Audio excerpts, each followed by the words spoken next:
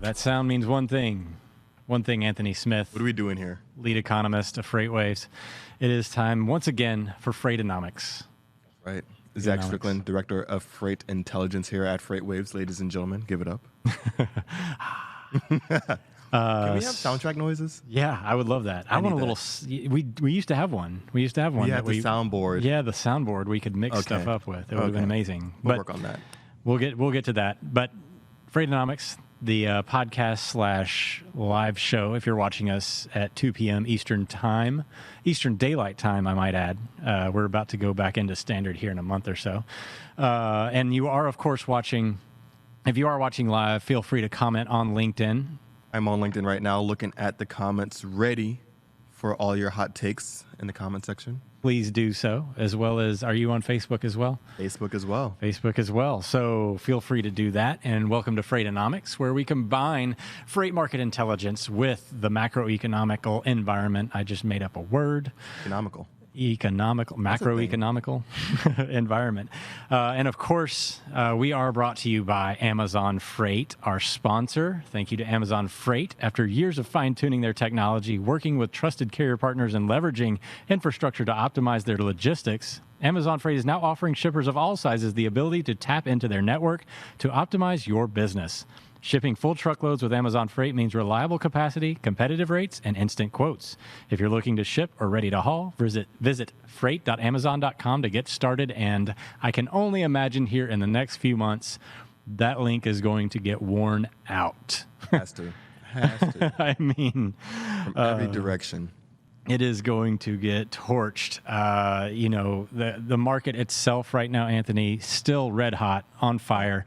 We thought things were settling down a little bit. They did not really take that much time to get back going again. We've got our tender rejection index back up over 26% today.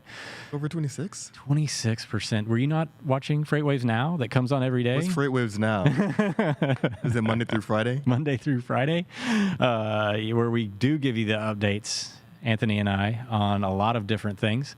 But we get into a little bit more granular detail on that show for about 5 minutes to whatever you need to start your day if you are in the freight market. But on this show, we get a little bit more macro-driven, a little higher level, but also focus on some more specific topics.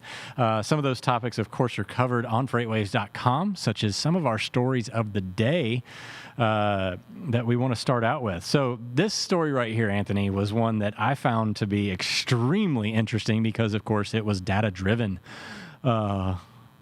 It's you know how I get about my data, whichever one. It's cool, but you also have to look at what the people are feeling. What gets the people going? It matters. This is where we diverge, ladies and gentlemen. But this is why he's on the show, to counterbalance my logic and reason with his nonsense and philosophical useless debates. We are on philosophy, man. It's all philosophy. We are, of course, talking about PPP money lowered freight rates during the pandemic's darkest days, courtesy of Convoy doing this research. Check this out on FreightWaves.com. John Kingston, I believe, wrote this article. John Kingston, of course, our very talented oil market guy. And, this is fascinating to me because they went through a bunch of bids and, research and said, okay, so these carriers got PPP loans and these carriers did not. And on average, the ones that got PPP loans bid 2.6% lower on average for the freight during April and May. So if you've got a loan, you were a little bit more comfortable, is what this is saying. So it's basically like, well, we're subsidizing freight rates at this point. Right. The government was, which to the detriment of the overall market, especially some of these carriers that didn't take the loan. That's actually a really pointed observation, I think, by Convoy here. 2.6% lower itself. What's your hot take on that, Anthony? I'm right there along with you. I mean, with those PPP loans, I think it was definitely a subsidy of sorts. But I think early on, we were always under the impression that a lot of these were going to kind of prolong the lifespan of, I think, some smaller and mid-size companies. And I think as we get towards the end of the year, as everything starts to expire, I think really the cream's going to rise to the top. And it kind of just prolonged, I think, a lot of poor business practices for many companies. And we'll start to see who was actually in good financial standing or financially healthy by the end of the year and going into 2021. Yeah, so the libertarian in me, obviously is like, oh, look at the government doing this. But you bring up a good point. In the long run, it doesn't matter. This was a short-term play anyway. Yes, of course, it's going to extend the life cycle of some of these, more operations that are struggling, specifically coming out of 2019. And it all shakes out in the end, especially since this isn't something that is an ongoing process. The next story of the day, again, written by the talented John Kingston. He's on fire. He is literally spitting fire on FreightWaves.com. Please go check him out.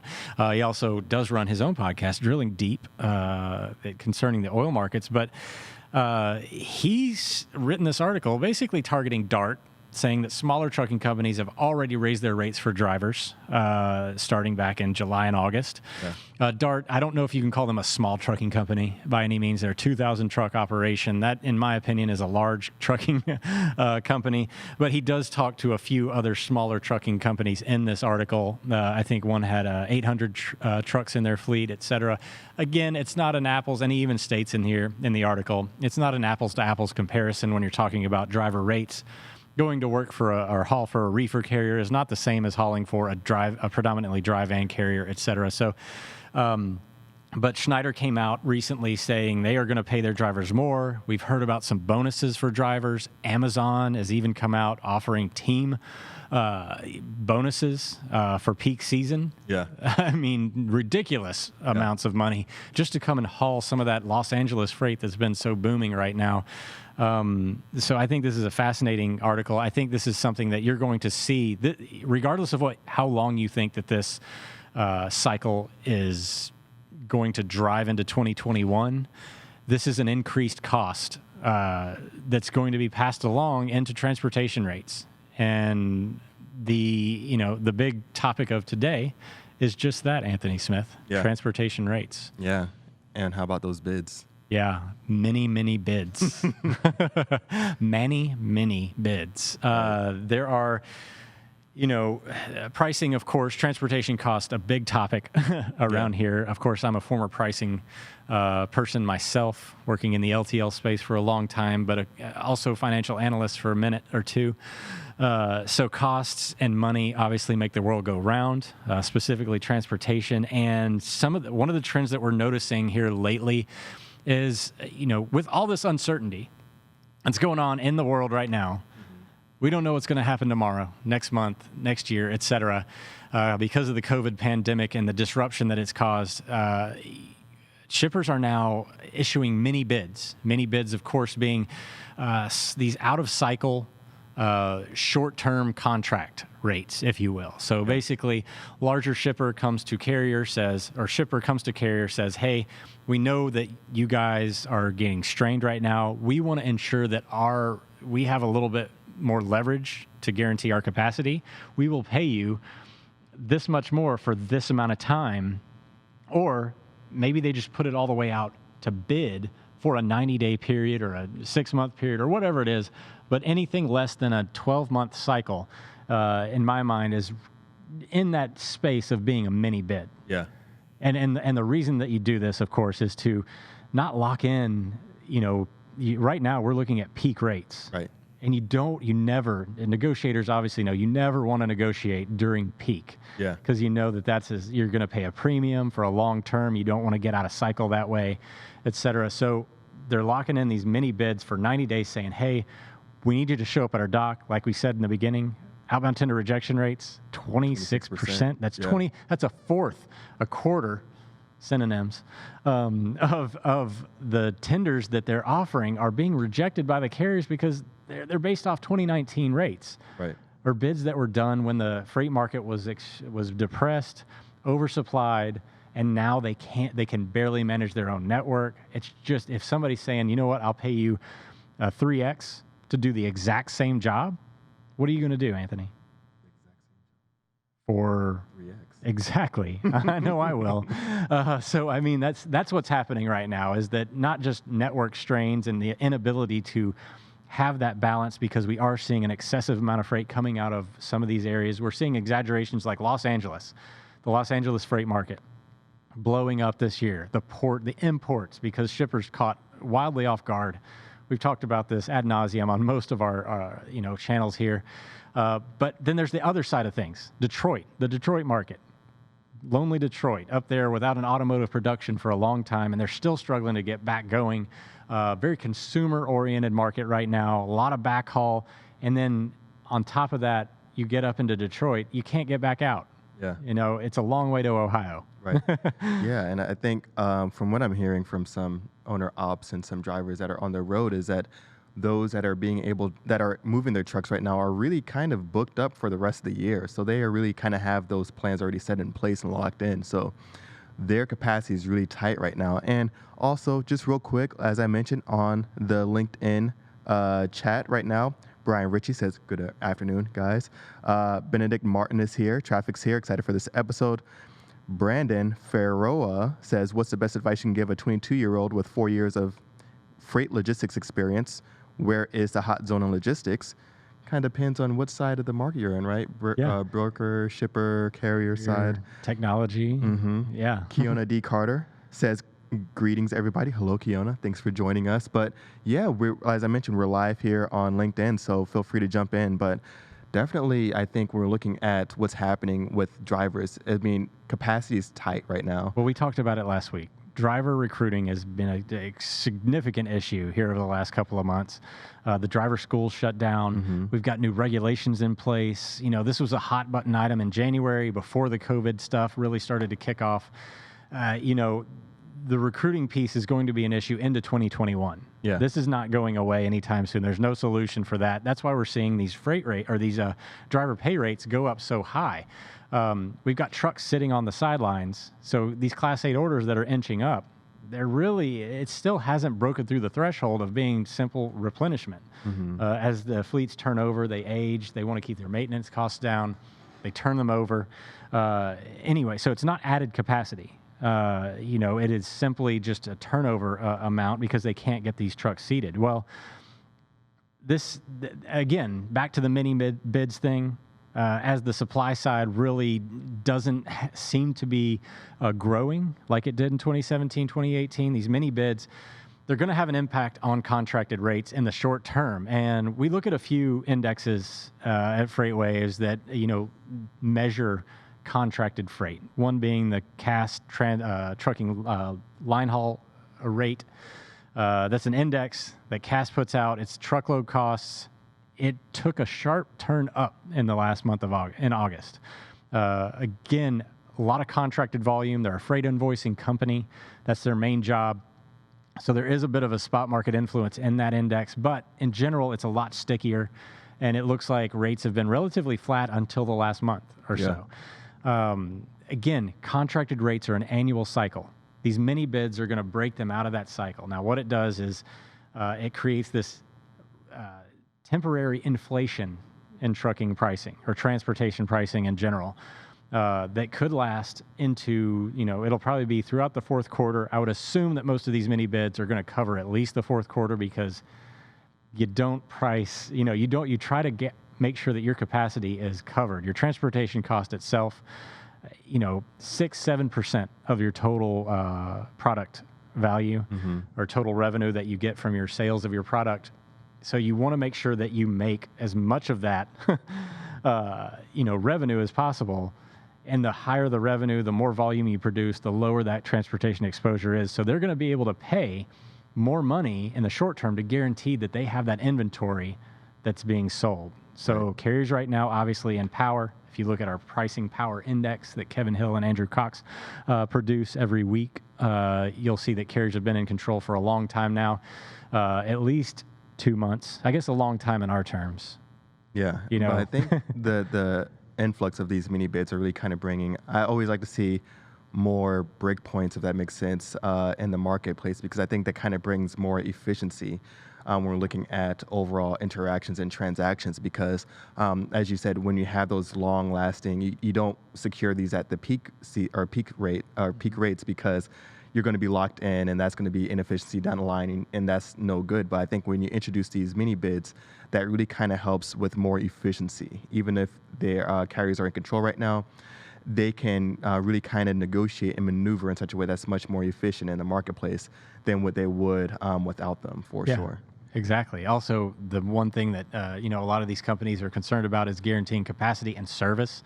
If the inventory isn't on the shelves when the consumer gets there, or when they get on Amazon Prime, if it's not there for within their 1 to 2 day window that they want it in, you're not going to make that revenue. Yeah. And so you're going to have that inventory sitting in a warehouse somewhere that it's not needed. So you're willing to pay a little bit more, and to them it's incremental cost, especially when they're evaluating the environment we're in today. Right. I mean, you're talking about so what, you're going to pay 10% more. Now, the big question, I think, on a lot of people's minds is, how long does this persist into 2021, especially as some of these shippers may not have gone the mini bid route. Mm-hmm. Now we're talking about your annual cycle. Some of these industries, obviously, the retail ones probably have a lot of mini bids going out, right, or rebids in some form or fashion, especially the brick and mortar stores. But I don't know how much impact that's going to have in the long run for some of these people that are going to continue with their 12-month cycle bids that are most of them come due in the next couple of months. Right. Typically, you get a bid September through December. It gets implemented in January through March of the next year. And there is just a lot of uncertainty in the market on whether or not we're seeing. I don't think we're going to see 26% rejection rates in January. Okay. I think we'll definitely see some volume decline enough. But again, if we have a 15% rejection rate in January, that's still very high. Right. That means that things are still, last in 2019, the highest it got the whole year was just around 15%. And right now we're at 26%. So, once the January blahs show up, me and Kevin Hill used to discuss, what do you do in January in transportation? Yeah. You make memes, look at whatever internet access you have, and you're at your desk. I don't think this January is going to be like that. I think there's going to be a lot of scrambling, figuring out, okay, is everybody still quarantined? Yeah. Are they still spending money? Has Christmas ended? I think we're going to see some extended life into the peak season just injected because of all these supply chain issues and things that we've had this year. And of course, returns are going to be a thing. Yeah. People sitting around, and employment still definitely going to be a thing. But before we get to employment, we're just past the halfway mark, and want to give a special shout out and a thanks to our sponsor, Amazon Freight. After years of fine-tuning their technology, working with trusted carrier partners, and leveraging infrastructure to optimize logistics, Amazon Freight is now offering shippers of all sizes the ability to tap into their network to optimize your business. Shipping full truckloads with Amazon Freight means reliable capacity, competitive rates, and instant quotes. If you're looking to ship or you're ready to haul, visit freight.amazon.com to get started. Well said. But the employment situation, that's the big hang up, is, we've got this 8.5% unemployment rate looming, and it's really kind of stalled out, has it not? It's been very, very slow, I think. Even when we're looking at jobless claims, that's been stubbornly high overall. And when we look at that week-to-week Thursday release, there's been some modulating, I think, when we look at overall unemployment. Now, this is updated through August right now. I think it's going to get updated again tomorrow through September. But when we look at unemployment, there were some slight variations through August where it's just like, subtle increases in employment for temporary workers. I think some of that came from the Census Bureau when we're looking at census being taken throughout the country and those individuals. So we saw some temporary bumps up. So I think we'll start to see some of those seasonal employment trends kind of start to come into play when we're looking at the holiday seasons. Some retail outlets. We saw a little bit of an increase in hospitality. I think more hotels are starting to, open up their doors as cities kind of, peel back some of their social distancing mandates in place and start to kind of reopen subtly but surely. But we are seeing quite a bit more activity, but we have some activity coming in on the comment section. Well, let's hear it. Let's hear it. Now, all right. If you were listening to the debate last night, this was a big topic Yeah. overall, which was, I'm going to withhold some of my comments on on what we've, really been seeing in politics over the last several years in terms of debates. But I was entertained nonetheless, even though somewhat disheartened in a way. Always entertaining. Yeah. But so let's hear some comments. Brandon Briscoe, president of Talon Logistics, says, why or what information shows that PPP loan recipient companies will go out of business as the year of 2020 ends? Would the hotter market not now allow them to regain footing and have rates in place that would help them survive or even thrive? So just on my standpoint, I don't think that just because a company received PPP assistance, they're going to automatically go out of business. But No. I think those companies that were already on the verge of decline or shutting down are going to still be on the verge of shutting down or completely going out of business or being acquired after they run out of their PPP benefits or recipients. So I don't think that that loan was going to be sufficient to correct a business, because I think business and financial practices internally are going to have to be optimized in order to kind of keep that business running afloat. I mean, bad business is bad business. Yeah. And so I think if a company was on the verge, I don't think the PPP is going to help them at all, just kind of prolong it. But if they were just needing some assistance and just kind of get through the tough times, I think they're going to be A-okay. Well said. Well said. Yeah, no, I don't think anybody, we didn't mean to imply that it's going to obviously keep people in business put people out of business here during this hot market. Yeah. But I think what you said was exactly spot on. There's companies out there that need some help going through this challenging sector. It's obviously not as challenging anymore.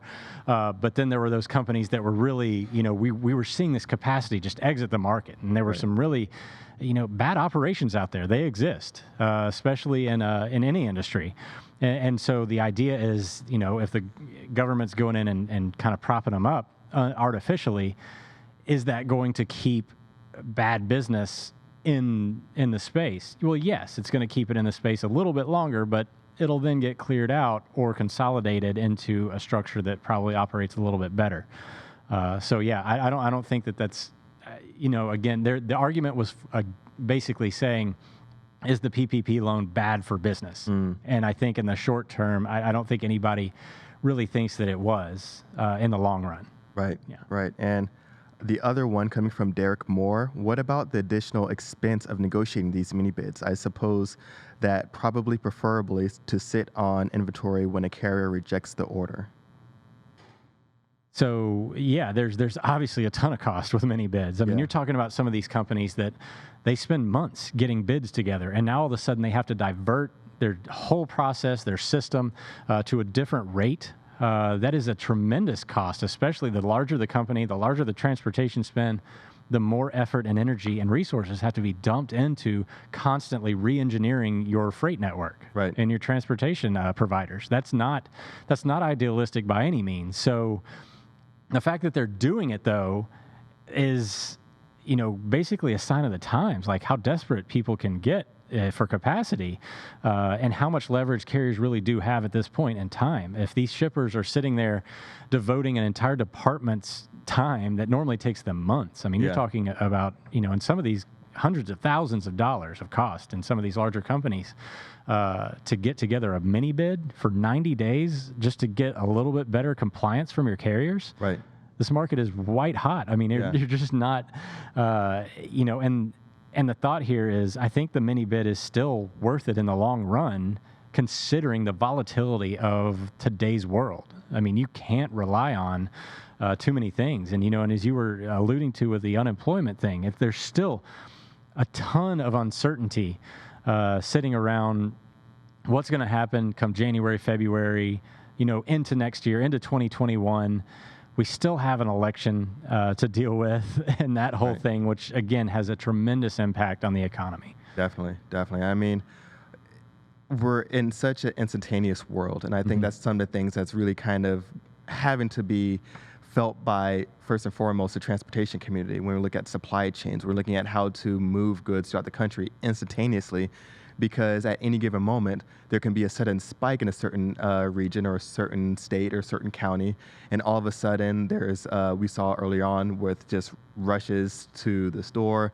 I'm hearing talks of some people thinking that there's going to be another grocery store rush in the future. Well, food and beverage, one of the things I want to get into a little bit here is the fact that, some of our Passport subscribers have access to this information. We look at credit card spending data and analyze it thoroughly. Andrew Cox, Kevin Hill in the squad over there, JP, John Paul Hampstead on the spot, shout out. Right. Help put together a lot of this research over which specific sectors and industries are doing well and which ones are struggling. Yeah. And of course, the food and beverage sector, grocery, has really been one that outperformed in 2020. Yeah. I mean, as of now, we're looking at retail sales just on a monthly basis for August. Food and beverages are 9% above the August 2019 level. And we're looking at just overall, not just including grocery stores, it's 10%. And of course, where we saw some of these double digits growth, we're starting to see some deceleration. So as of now, compared to July, it's down 1.2%, which isn't very much compared to how much that acceleration has been up until this point. And so overall, we are seeing some deceleration within overall retail sales, but a lot of areas are holding strong. Yeah, and again, food and beverage doesn't it doesn't look like things are going to change enough over the next 6 to 8 months, at least through winter, to where I would have a lot of concerns over the food and beverage sector. People are going to be inside more as we get into winter again. That may, in my mind, accelerate it. People don't have access to patios anymore, right? Restaurants, because it'll be too cold or rainy or whatever it is. The food and beverage sector to me looks like one of the safest bets for the next 6 to 8 months in my mind. Now, a few of the sectors, home improvement has been blowing up lately. Right. And what are we thinking? I mean, they're going into their off season here in the next few months. Retail has its peak season here, November, December. The home improvement side traditionally sees decline in throughout November, December, and January. Yeah. So on retail sales, we're seeing building material and garden equipment, of course, supplier and dealers, as you mentioned, very, very hot right now, up 15.4% from last year, and even up 2% from last month. So that increase is still kind of moving up on a month-to-month basis. And we are definitely seeing that. And I think one of the other things we saw within the macroeconomy was new home sales are now above 2016 levels. And so the other thing with that is I think there's around 3.3% month of inventory. So there's definitely a shortage, but I think 6 months is like equilibrium. Okay, there's enough inventory. So there's definitely a shortage for homes. And one of the things I always mention about, new home sales and existing home sales, all this good stuff is like, when this happens, there's downstream effects. People buy more stuff. They buy new appliances, furniture. We talked about this in the spring. Yes, and those furniture home sales, retail sales are up 3.8% from August and 2.1% from last month. So furniture, another sector that's just destroying right now. Yeah, I think that's going to go up even in the winter. I bought a new house in May. Yeah. And we looked to find furniture. You can't. Right. It's like it's there in the warehouse, but not. You have to wait 6 to 8 weeks for it. Yeah, and I think the other part is there's probably a lot of delays or backlogs that were in place for some appliances early on. So I think we're going to be playing catch up with a lot of the appliances as well. So I think all that's definitely going to add into the freight volume when we're getting into the last quarter. And that'll also extend into 2021. That is not a seasonal thing. That is, we're out of season effectively for some of that stuff. So, well, we're running up on time. Of course, thank you so much for watching. But also be sure to download the FreightWaves TV app on podcast players everywhere. Look up Freightonomics or look up Freightcast and get every FreightWaves podcast. Great quarter, guys. What the truck? Put that coffee down. Drilling down. If you can't get enough Dooner, obviously he's all over it. And thank you again for watching the show today. Anthony Smith, pumpkin patch or apple picking? Which Apples. One? It's pumpkins. You're Apples. ridiculous. Pumpkins. Drink more water. I can go get apples anytime I want. They're Yeah, at that's the a great thing about